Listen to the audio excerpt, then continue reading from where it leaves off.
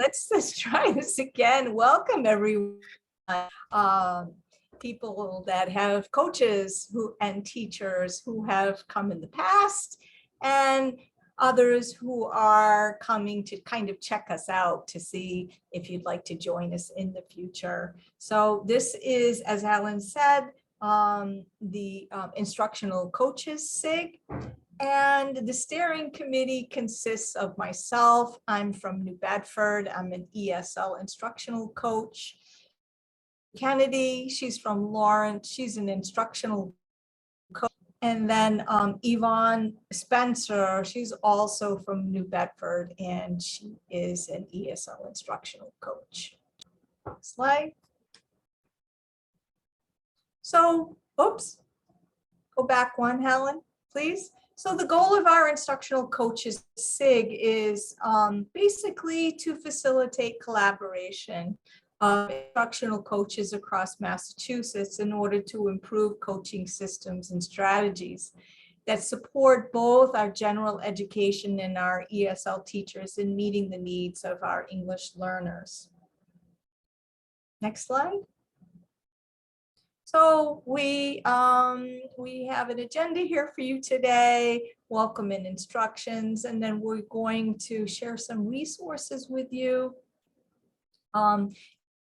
to introduce the problem of practice protocol. We're going to actually dig into the protocol in breakout rooms, do a share out, and then a wrap up, next steps, and a survey. Slide.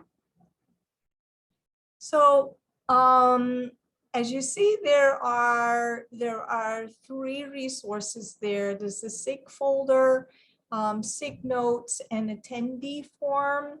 If Helen, if you put that in the chat, that would be wonderful. So the SIG has all our SIG minutes, our contact lists. It has our resources.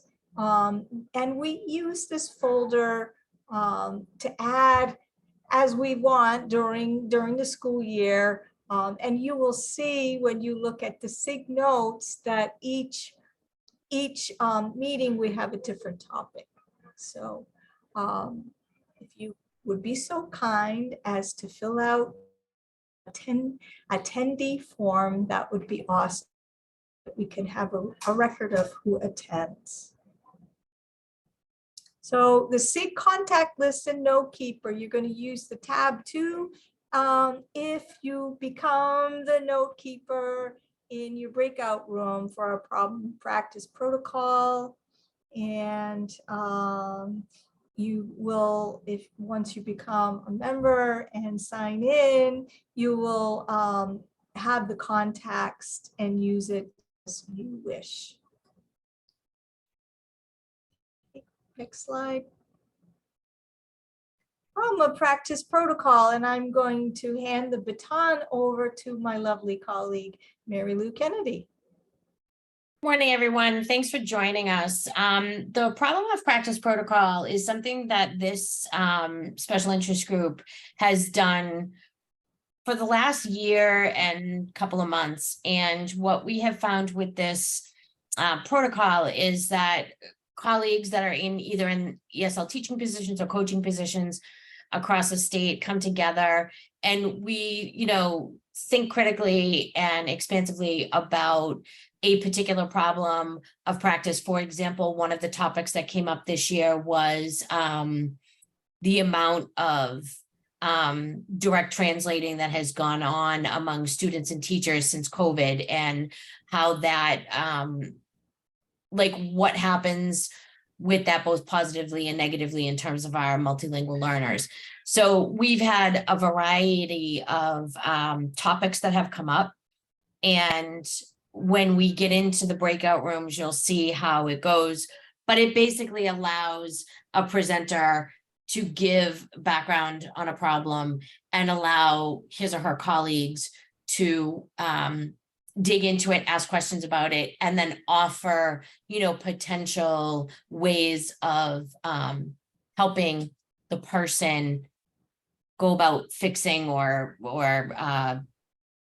better going about what it is that they're struggling with in their own particular situation. And we keep all of these notes, as Moira said, we keep them all so that it's a resource for everyone to go back to say, oh yeah, that's right. When I heard about this situation, these are some of the suggestions that my colleagues gave. So it's a really great resource to have. And we've been doing this for at least a year. You can go ahead to next slide. And so basically, this gives you a brief overview of how it works. And if any of you have used protocols before, there's a 1,000 of them out there for a variety of different things. But this happens to be specific to problem of practice, in which somebody gives about a 5-minute overview of what the problem is. The group is allowed to ask clarifying questions, and then allowed to ask probing questions, and Yvonne will explain a little bit more about what those types of questions are. And then the presenter will actually sit back and listen to the group discuss, potential solutions or potential next steps for the presenter's problem of practice.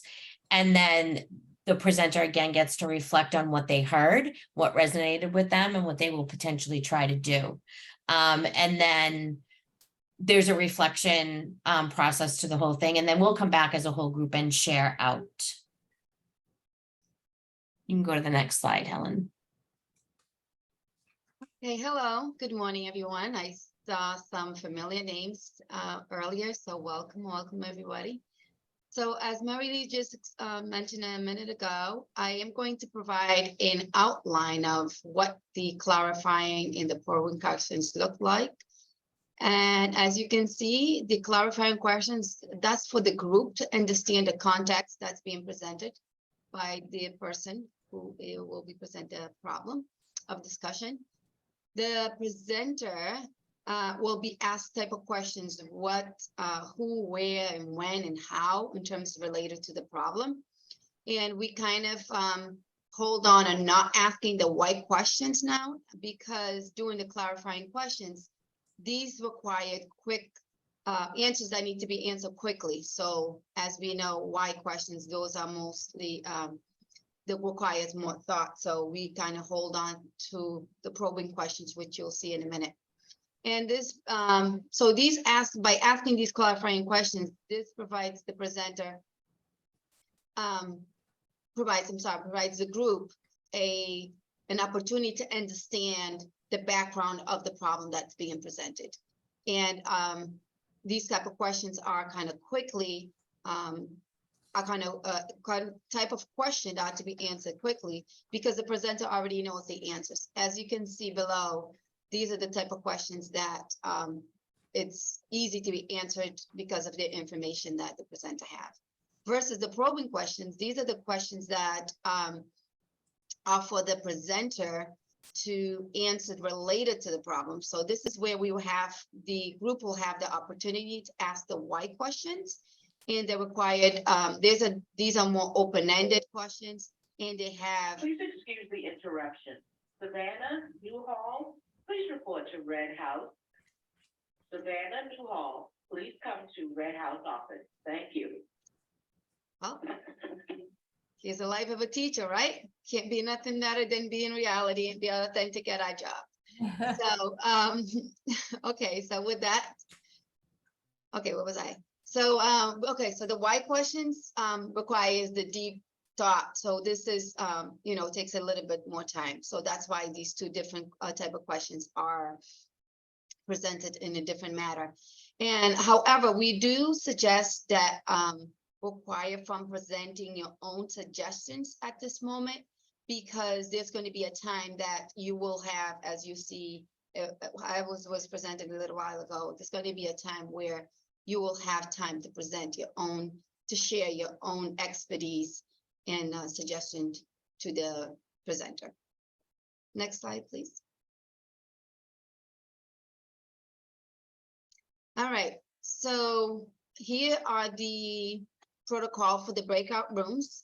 As you can see here, normally we will have about 4 to 5 people per group, but depending on the group that we have today, Helen will be able to break us out room in a number that will be feasible for us to manage. So in each breakout room, there's going to be a facilitator, which usually is a SIG member. And we have a timekeeper, the listeners and the questioners. That's the group being listener, and the problem presenter. That is usually a volunteer. We ask, does anyone have a problem that would like to share? And it's hardly to have no one with no problem. So that's usually an easy thing to do. And we ask also to have someone to take notes, and that will all be taken in the note taker that Moira had shared earlier. So within the breakout room, there's a protocol slide that hopefully with Hoover, it's a little bit different, but we can have in there to guide us in terms of the clarifying questions versus the probing questions and the time that we have. And also because of the timing, because of the amount of people that we may have, we have two colleagues today that we have here, Jessica Gonzalez and Bonnie Enquist, which I'm sure many people are familiar with, to help us out as to facilitate the breakout rooms because of the numbers that we may have today. And there are members of our SIG group for over a year. So welcome and thank you for helping us out, ladies.